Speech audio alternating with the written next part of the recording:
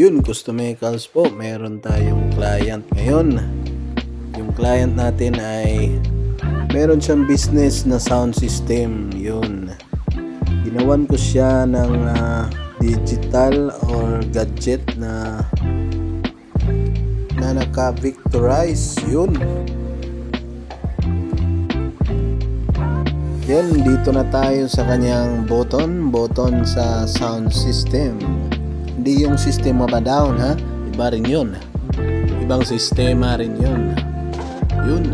Dito tayo sa kanyang sa switch button, bottomless.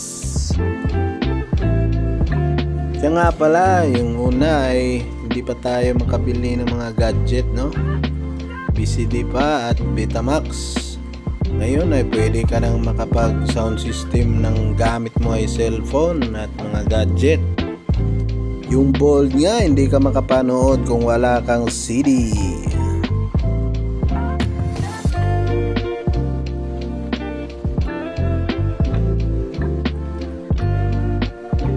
Pupunta pa tayo at bibili talaga ng CD, no?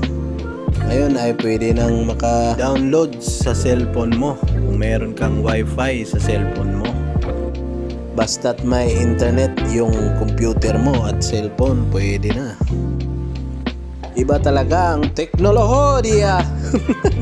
At dito na tayo sa ating sketch. Tapos na tayo, no, sa mga button. Meron pa dito pa sa meron pang button. Yun, mga button.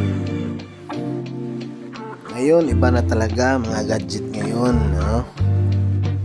Masyado ng high-tech. Patapos na yata tayo dito, mga boss. At dito lang tayo sa mga lines. Yun. Send natin sa ating client, no, kung magustuhan niya ba. Sige po.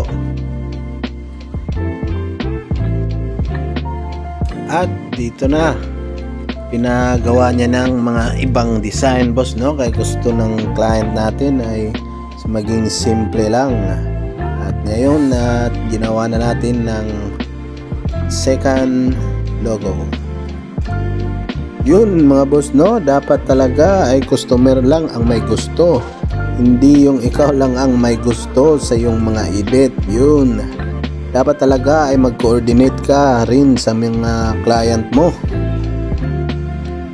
Kung ano ang preference ng iyong client ay sundin mo na lang, mga boss, kasi sila ang nagpapagawa sa iyo, mga boss. Yun, sinimplihan lang natin, no? Kasi maganda yung simple lang talaga, mga boss, pero magandang tingnan. Yun, kinustom ko pala yung letter V niya kasi Elovido yung name ng logo niya. Yun.